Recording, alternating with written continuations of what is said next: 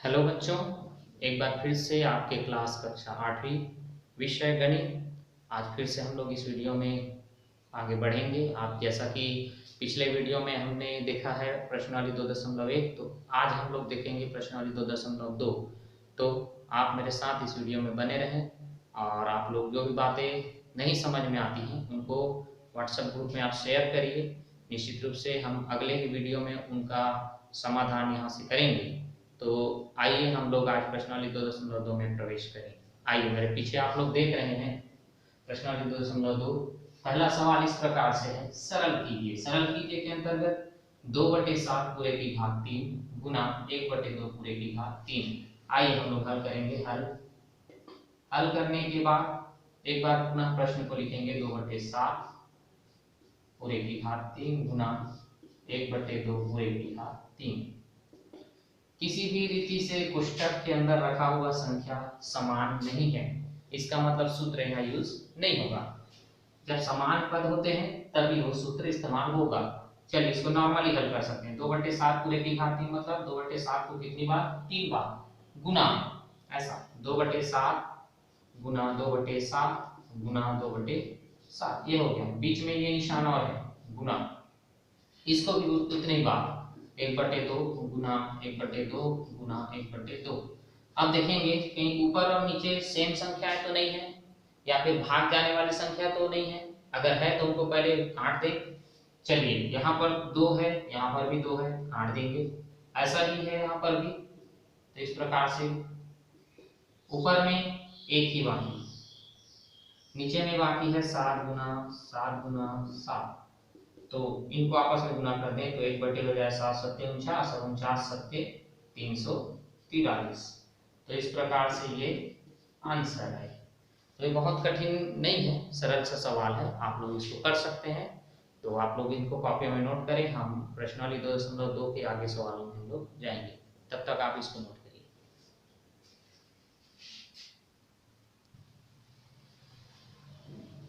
आइए एक बार फिर से प्रश्नावली 2.2 का पहले सवाल का हम लोग दूसरे वाले उसके प्रश्न में जाएंगे। आइए हम लोग देखते हैं। दूसरा सवाल इस प्रकार से है, सी नंबर का, -5 पूरे की घात 3 भागी -1/5 पूरे की घात 2। हल। एक बार फिर से हम सवाल को लिख लेंगे। -5 पूरे की घात 3 भागी -1/5 पूरे की घात 2। चलिए इसको समझते हैं। -5 पूरे की घात 3, ये 3 विषम संख्या है। विषम संख्या इसका मतलब ये सूत्र लगेगा -1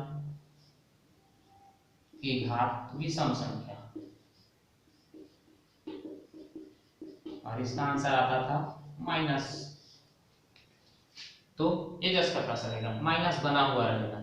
ओके, यहां देखें -1/5 पूरे की घात 2, लेकिन ये 2 कैसा संख्या है? सम संख्या है। उसके लिए सूत्र क्या था? -1 की घात सम संख्या, और इसका मान हो जाता था 1, माइनस हट जाता है। इसका मतलब ऐसा लिख सकते हैं, देखिए -5 पूरे की घात 3 भागी 1/5 की घात 2, ऐसा भी लिख सकते हैं। माइनस क्यों चला गया? क्योंकि घात में सम संख्या है।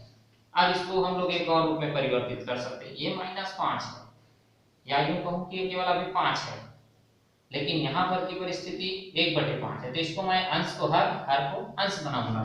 तो इस प्रकार से उसका सूत्र होता है, ये यदि है p/q पूरे की घात m, तो ये हो जाता है q/p पूरे की घात -m।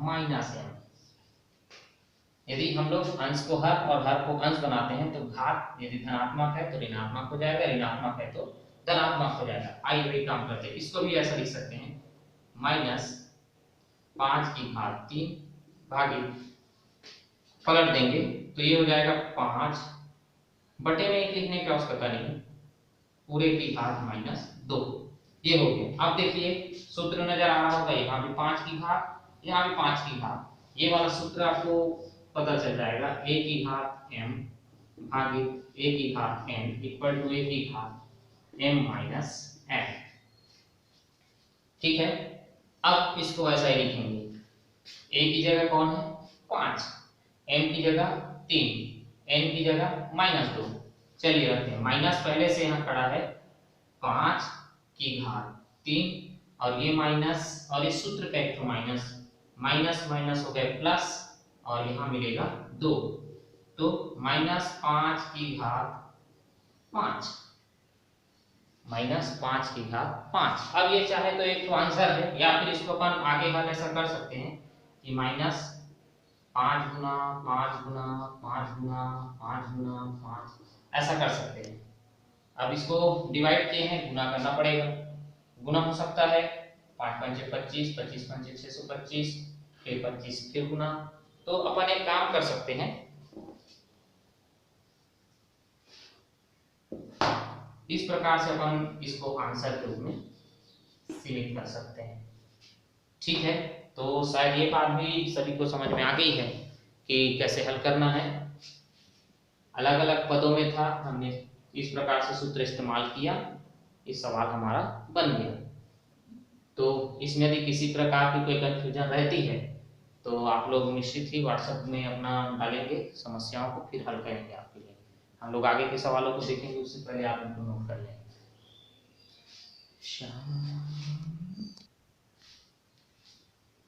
आइए एक बार फिर से हम देखते हैं प्रश्न 2.2 दूसरा सवाल इस प्रकार से है, घात के रूप में लिखिए। घात के रूप में लिखिए कब, एक सवाल मैं आपको बता रहा हूं, -25/49। इसके अंतर्गत दूसरे का पहला सवाल है -25/49। ये माइनस प्लस हमें इसे कुछ नहीं करना है, जो भी होना है इनके साथ हम लोग घात वाली संख्या इनको बनाएंगे। आइए हल, इसको हम लोग एक बार फिर से रिपीट कर सकते हैं, -25/49। अब हम लोग रफ कार्य करेंगे, ऐसा रफ कार्य कर सकते हैं यहाँ पर, इसको ध्यान देंगे रफ कार्य। आइए रफ कार्य में क्या करेंगे, 25 संख्या दिया है 25, गुणनखंड विधि अब हम लोग अपनाएंगे। गुणनखंड विधि अपनाएंगे, 25 किससे भाग जाता है 5 से, तो 5 पंचे 25, 5 पंचे 25, 5 किससे जाएगा 5 से। ये हो गया, कितनी बार 5 आया इसको लिख देंगे यहाँ पर इस प्रकार से, -5 गुना 5। वैसे ही आप लोग इसको भी कर सकते हैं, 49 का 49 7 से चला जाएगा, 7 7 49, 7 1 7। इसका मतलब इसको लिख सकते हैं 7 गुना 7। अब देखो 5 कितनी बार है 2 बार, इसका मतलब 5 की घात 2। 7 कितनी बार है 2 बार, तो 7 की घात 2 माइनस, दोनों में घात 2 है बराबर है, इसका मतलब ऐसे लिख सकते हैं 5/7 पूरे की घात 2। ये हो गया घात के रूप में लिखना, और ये हमारा आंसर। तो ये बहुत सरल है, आप लोग रफ कार्य करिए। पहाड़ा आपको याद होनी अनिवार्य है, आप 20 तक पहाड़ा कंफर्म करिए सभी बच्चों के लिए, 20 तक पहाड़ा याद करना है आपको 2 दिन में। आपके पास है 2 दिन, आप 2 दिन में अपना पहाड़ा दुरुस्त कर लीजिए ताकि आपका सवाल आसानी से बन सके। तो ये हो गया, घात कीजिए, घात के रूप में व्यक्त कीजिए। अब इसके बाद इसी में का प्रश्नावली 2.2 का हम लोग सवाल में जाएंगे, सिद्ध कीजिए। सिद्ध कीजिए, उससे पहले आप लोग इन सवाल को नोट कर सकते हैं।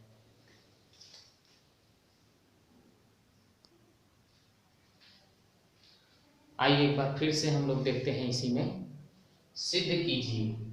2 पक्ष दिए गए हैं, हमें सिद्ध करके दिखाना है कि पहला पक्ष दूसरे पक्ष के बराबर है। आइए समझिए, 5/7 पूरे की घात 7 गुना 7/5 पूरे की घात 7 माइनस 3/19 पूरे की घात 2 गुना 19/3 पूरे की घात 2 इक्वल टू 0। मतलब ये पूरी संख्या 0 के बराबर है, यही सिद्ध करना है। इसलिए हल करते समय हम लोग इस भाग को लेंगे, बाएं भाग को, बायां भाग दायां भाग, बायां भाग को left hand side equal to, left hand side में क्या मिल जाएगा अपन को, 5/7 पूरे की घात 7 गुना 7/5 पूरे की घात 7 माइनस 3/19 पूरे की घात 2 गुना 19/3 पूरे की घात 2, ये हो गया। ये लेफ्ट हैंड साइड में इक्वल टू, अब हल कर सकते हैं। इधर देखो, ये सूत्र के रूप में आ सकता है। यदि थोड़ा सा ऊपर नीचे करें, हर को अंश बनाए और अंश को हर बना दे तो ये बराबर हो जाएगा। वैसा ही इसमें भी है, यहाँ पर भी यहाँ पर भी हम लोग वही काम करेंगे।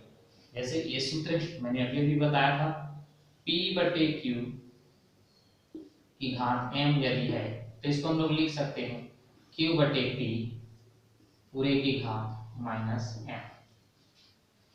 अंश को हर बनाने में और हर को अंश बनाने में घात का चिन्ह बदलता है। यदि प्लस में है तो माइनस, और माइनस में है तो प्लस है। आइए एक को चेंज करेंगे, सभी चेंज नहीं करना पड़ेगा। आइए हम लोग इसको लिख सकते हैं अभी भी 5/7 की घात 7 गुना, इसको हम लोग चेंज करने वाले हैं तो ये हो जाएगा 5/7 पूरे की घात -7। ये पहले प्लस वाला था, माइनस वाला हो गया क्योंकि हमने इसके हर को अंश बनाया और अंश को हर बनाया माइनस। यहाँ भी हम लोग वही काम करेंगे, 3/19 की घात 2 गुना 3/19 की घात -2।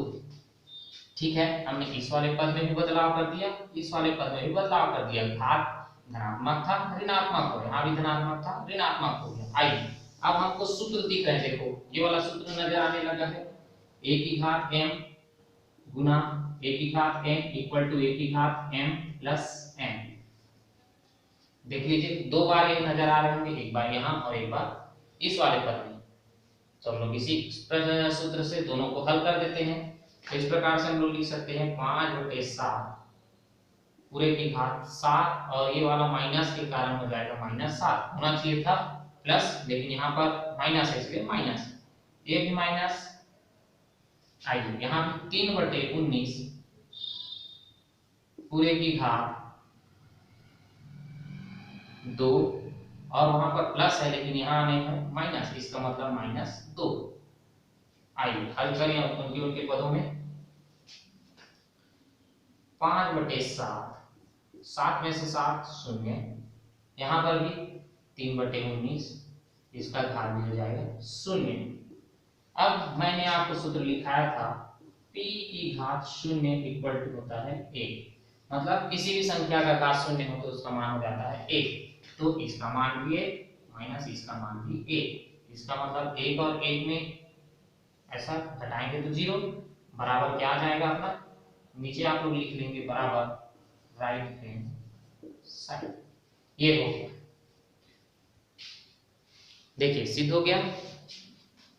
लेफ्ट हैंड साइड लिए थे, 0 मिल गया अपन को, 0 किधर है, राइट हैंड साइड। इसका मतलब हमें यही तो सिद्ध करना था, हमें दोनों पक्षों को बराबर दिखाना था, और वो हमारा काम पूरा हो गया है। तो आप लोग इस वीडियो को रोक रोक करके पॉज कर करके देखिए, समझिए कहाँ पर कौन सा बदलाव किया गया है, आप समझते जाइए। 3 प्रकार के सूत्र यहाँ इस्तेमाल हुए हैं, 3 सूत्र में ये सवाल बन गया है। तो ये वीडियो शायद समझ में आ गया है, सवाल भी समझ में आ गया है। तो इसके बाद हम लोग इसी अध्याय, इसी प्रश्नावली के हम लोग अंतिम सवाल की ओर भी जाएंगे। उससे पहले आप इस सवाल को नोट करेंगे।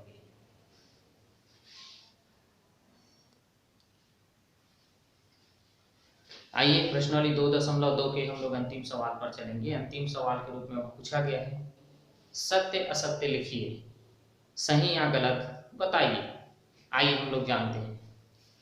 पहला सवाल इस प्रकार से है, -5/4 पूरे की घात 65 बराबर है क्या इसके, किसके, -5 की घात तो 65, लेकिन 4 की घात 65।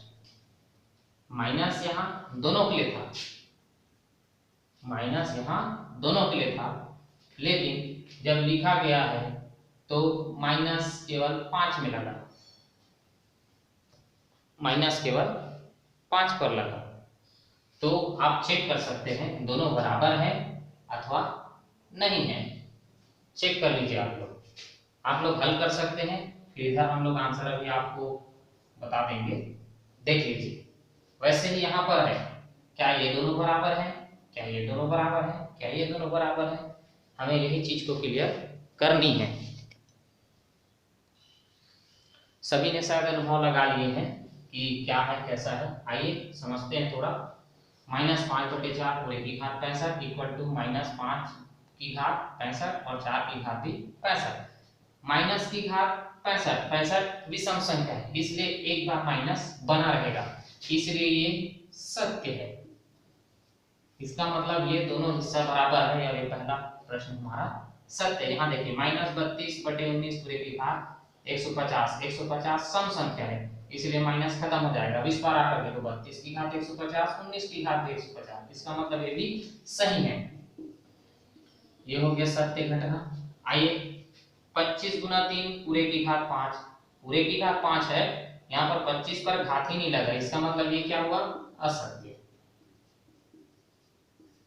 लास्ट वाले में देखेंगे 27/16 पूरे की घात -15, 27 की घात 15, 16 की घात 15, ये संभव है क्या, संभव नहीं। यदि इनको धनात्मक होना था तो ये 16/27 होता, क्योंकि जब हम अंश को हर और हर को अंश बनाते हैं तब घात के चिन्ह में परिवर्तन होता है। यहाँ तो अंश अभी अंश है, हर अभी अंश है, इसका मतलब ये भी घटना असत्य है। तो ये सारे प्रश्न आपके हो गए 2.2 और साथ ही साथ आपके अध्याय 2 यहाँ पर समाप्त हो चुके हैं। तो सभी लोग अपना कॉपी तैयार रखें, बहुत ही जल्द आपको जानकारी मिलेगी कि आपका कॉपी लेकर चेक कराने आएंगे।